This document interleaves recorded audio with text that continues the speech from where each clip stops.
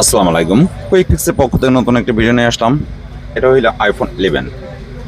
এই ফোনটা অ্যাক্সিডেন্টের কারণে একদম ভেঙে চুরে চুরমার।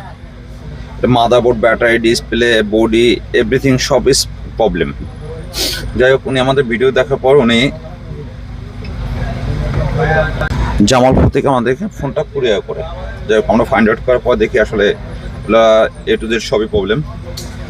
কী করা আছে, যেহেতু কাস্টমার পাঠাচ্ছে আমরা এটা রিপেয়ার করবো। অলমোস্ট আমাদের রিপেয়ার কমপ্লিট।